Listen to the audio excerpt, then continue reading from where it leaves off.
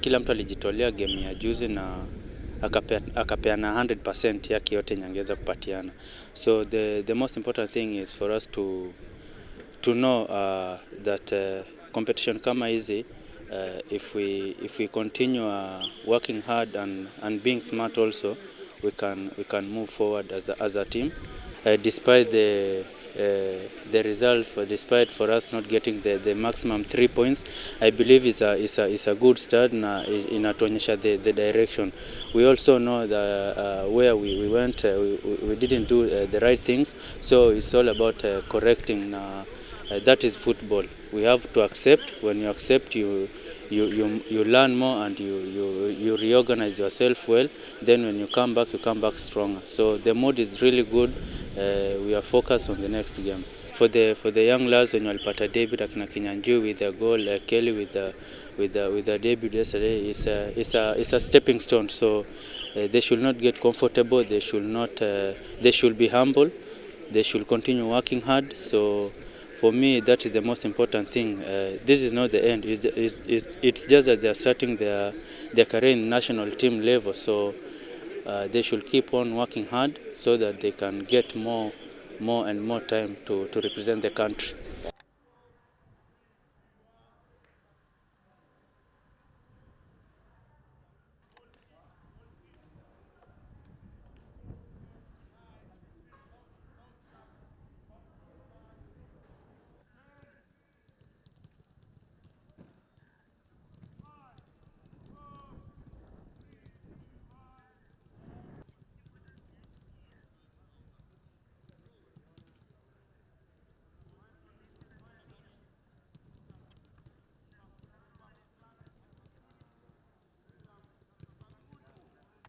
First of all, I think it's a good performance. It's a good performance for some reasons that we know that where we are coming from. Yeah, we are just a quickly assembled side, where we have so many players, chasing their first debut, first international debut, and more so, the period that we had to know we have to bring these players together, do a selection, from a huge lot of 40 up to 24. It means that we did a lot of job, and up to now we are still working to make sure at least they can be comfortable, they can accept each other, and they can be able at least to take responsibility, as a unit. And for the show that they gave us yesterday was very impressive, because it's the first match they have really hit with some competition environment and the intensity in the game, with also a very strong and well-oiled side. Yeah, so we are very positive about them. We are encouraging them more. We know that they need to improve a lot, on controlling their emotional excitement, within the game when they are leading, because I believe also the next match they are capable of scoring. So it's only about how do we manage the game when we score. They are very motivated. They want to fight, and they want to prove something, because they know that they are already a product of hard work to arrive where they are. Because if you make it. Making it from a very talented group of 40 players, it means that you are not just you never only got an opportunity to be there, but you worked for it, and you proved that you are able, and you convinced all of us that at least you deserve to be given an opportunity.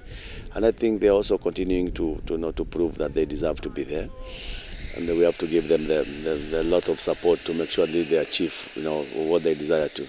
There is no special consideration, yes, but we selected 24 players. That means we also included those players that you have mentioned. And what is important for us, if you select 24 players, then it is always nice to have them, around the team and build the depth of the team. Excuse me. Sometimes some players, are very, very crucial, even mentally and psychologically, in terms of motivating the others, even when they are not on the pitch. But for the case yesterday, we lacked 4 players who are also very key, and that also destabilizes for sure the depth of the team, especially when you are more on a defensive strategy because you feel that you have something to protect. So it is not easy for us to accept that when they are not there, things are normal. No. We selected 24 players, and when they are there, they also add a lot of value. To be honest, I don't think there's any team that has 0 knocks at the moment, yeah, because it is also the nature of quick fix, and sometimes you try to build the fitness of the players or to enhance the fitness of the players within a few days or a few weeks before the kickoff of the first match in a tournament of this nature, and Kenya has done so, I think, and I believe also the other teams have also been facing the same challenge, maybe apart from the host, because they knew they would be hosting something, so they must have been preparing something a little bit longer than the other teams. But we also have a muscle challenge that I need to confirm with the doctors. But at the moment, I'm really not in a position to give the complete update of who and who is not, feeling well, because I have all the players here, so I know there are players that we need to go slow on them because of their recovery situation and some knocks, but it is not some serious injuries that might keep the players aside. To rebuild the team, hope has to be there, and it is the hope that gives the boys the drive, because first of all is the opportunity, and we believe from what I saw yesterday, from where we sit, we believe that we selected the group very sober and on real merit, and they're also proving us that they deserve to be there, and they're moving on well. And hope is always the best thing when you're coming to building the team, because they're also hoping to perform well, and of course everybody hope that they can do that.